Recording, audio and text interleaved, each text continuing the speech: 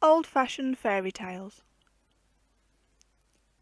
Good luck is better than gold. There was once upon a time a child who had good luck for his godfather. "I am not Fortune," said Good Luck to the parents. "I have no gifts to bestow, but whenever he needs help, I will be at hand." "Nothing could be better," said the old couple. They were delighted. But what pleases the father often fails to satisfy the son. Moreover, every man thinks that he deserves just a little more than he has got, and does not reckon it to the purpose if his father had less.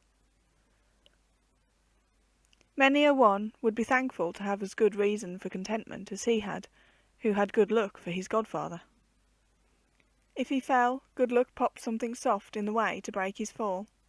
If he fought, Good Luck directed his blows or tripped his adversary.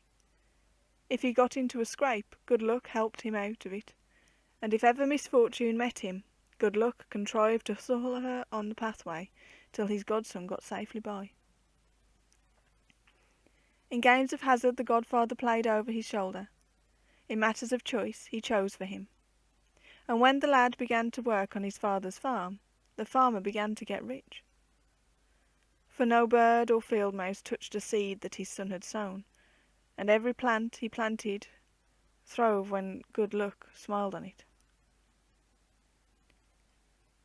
The boy was not fond of work, but when he did go into the fields, Good Luck followed him. "Your christening day was a blessed day for us all," said the old farmer.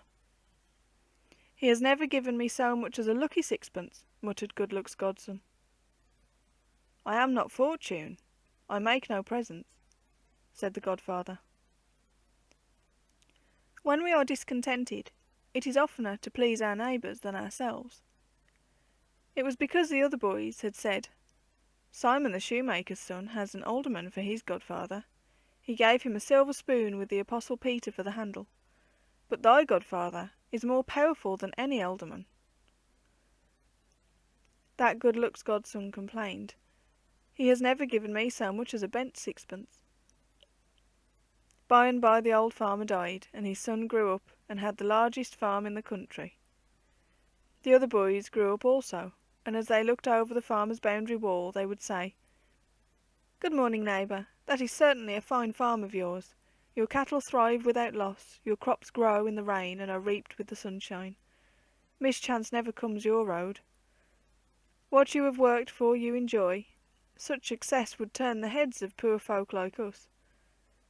At the same time one would think a man need hardly work for his living at all, who has Good Luck for his godfather."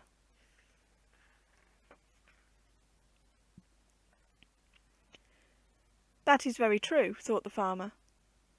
Many a man is prosperous and reaps what he sows, who had no more than the clerk and the sexton for gossips at his christening. "What is the matter, godson?" asked Good Luck, who was with him in the field. "I want to be rich," said the farmer. "You will not have to wait long," replied the godfather. "In every field you sow, in every flock you rear, there is increase without abatement. Your wealth is already tenfold greater than your father's." "Aye, aye," replied the farmer.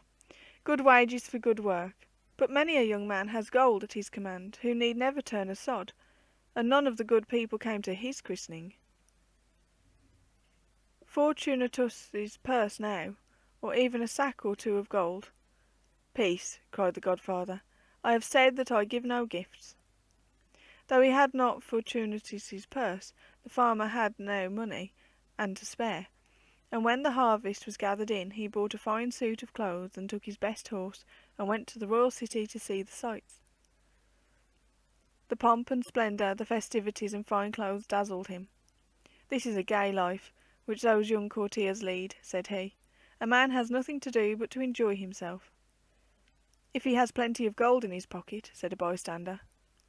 By and by the princess passed in her carriage. She was the king's only daughter. She had hair made of sunshine, and her eyes were stars. "What an exquisite creature!" cried the farmer. "What would not one give to possess her?" "She has as many suitors as hairs on her head," replied the bystander. She wants to marry the Prince of Moonshine, but he only dresses in silver, and the king thinks he might find a richer son-in-law. The princess will go to the highest bidder. And I have good luck for my godfather, and am not even at court, cried the farmer, and he put spurs to his horse and rode home.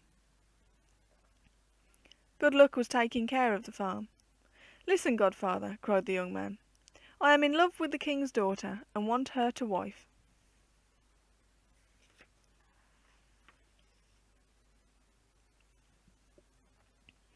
It is not an easy matter, replied Good Luck, but I will do what I can for you. Say that by good luck you saved the princess's life, or perhaps better the king's, for they say he is selfish.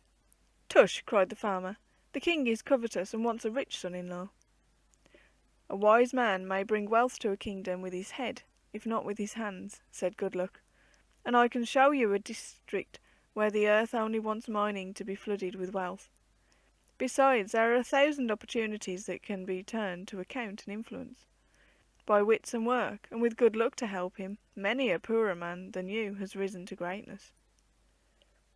Wits and work, cried the indignant godson. You speak well, truly. A hillman would have made a better godfather. Give me as much gold as will fill the 3 meal bins, and you may keep the rest of your help for those who want it. Now at this moment, by good luck, stood Dame Fortune. She likes handsome young men, and there was some little jealousy between her and the godfather, so she smiled at the quarrel. You would rather have had me for your gossip, said she. If you would give me 3 wishes I would, replied the farmer boldly, and I would trouble you no more. Will you make him over to me, said Dame Fortune to the godfather. If he wishes it, replied Good Luck, but if he accepts your gifts, he has no further claim on me. Nor on me either, said the dame. Hark ye, young man, you mortals are apt to make a hobble of your 3 wishes, and you may end with a sausage at your nose, like your betters. I have thought of it too often, replied the farmer, and I know what I want. For my first wish, I desire imperishable beauty. It is yours, said Dame Fortune, smiling as she looked at him. The face of a prince and the manners of a clown are poor partners, said the farmer. My second wish is for suitable learnings and courtly manners, which cannot be gained at the plough-tail. You have them in perfection, said the dame, as the young man thanked her by a graceful bow. Thirdly, said he, I demand a store of gold that I can never exhaust. I will lead you to it, said Dame Fortune, and the young man was so eager to follow her that he did not even look back to bid farewell to his godfather. He was soon at court. He lived in the utmost pomp. He had a suit of armour made for him out of beaten gold. No metal less precious might come near his person, except for the blade of his sword. This was obliged to be made of steel, for gold is not always strong enough to defend one's life or his honour. But the princess still loved the Prince of Moonshine. Stuff and nonsense, said the king. I shall give you to the Prince of Gold. I wish I had the good luck to please her, muttered the young prince, but he had not, for all his beauty and his wealth. However, she was to marry him, and that was something. The preparations for the wedding were magnificent. It is a great expense, sighed the king, but then I get the Prince of Gold for a son-in-law. The prince and his bride drove round the city in a triumphal procession. Her hair fell over her like sunshine, but the starlight of her eyes was cold. In the train rode the Prince of Moonshine, dressed in silver and with no colour in his face. As the bridal chariot approached one of the city gates, 2 black ravens hovered over it, and then flew away and settled on a tree. Good Luck was sitting under the tree to see his godson's triumph, and he heard the birds talking above him.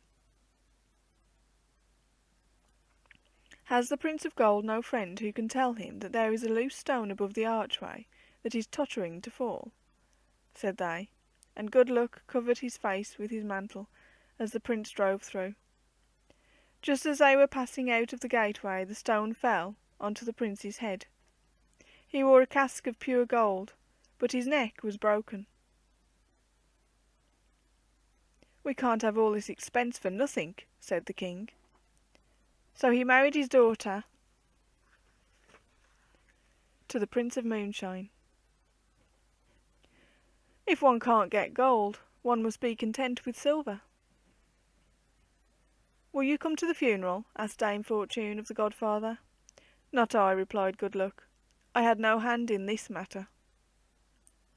The rain came down in torrents. The black feathers on the ravens' backs looked as if they had been oiled. Caw, caw, said they. It was an unlucky end. However, the funeral was a very magnificent one, for there was no stint of gold.